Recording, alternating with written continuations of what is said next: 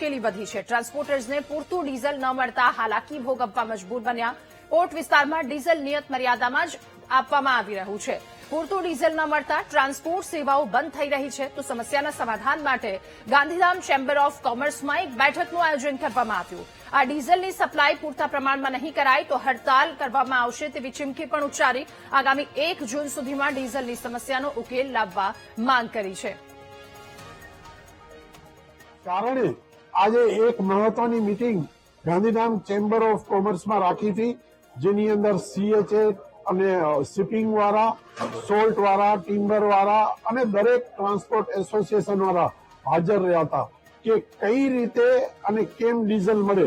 કારણ કે કોટાના કારણે પંપ વાળા બી પૂરું ડીઝલ નથી દઈ શકતા।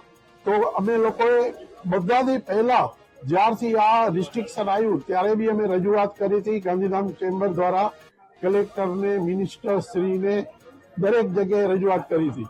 અને હાલમાં હવે એવું ડિસિઝન આવ્યું છે કે આ લોકો બધા ટ્રાન્સપોર્ટ વાળા દરેક જણા સ્વેચ્છાએ 1 તારીખ સુધી અગર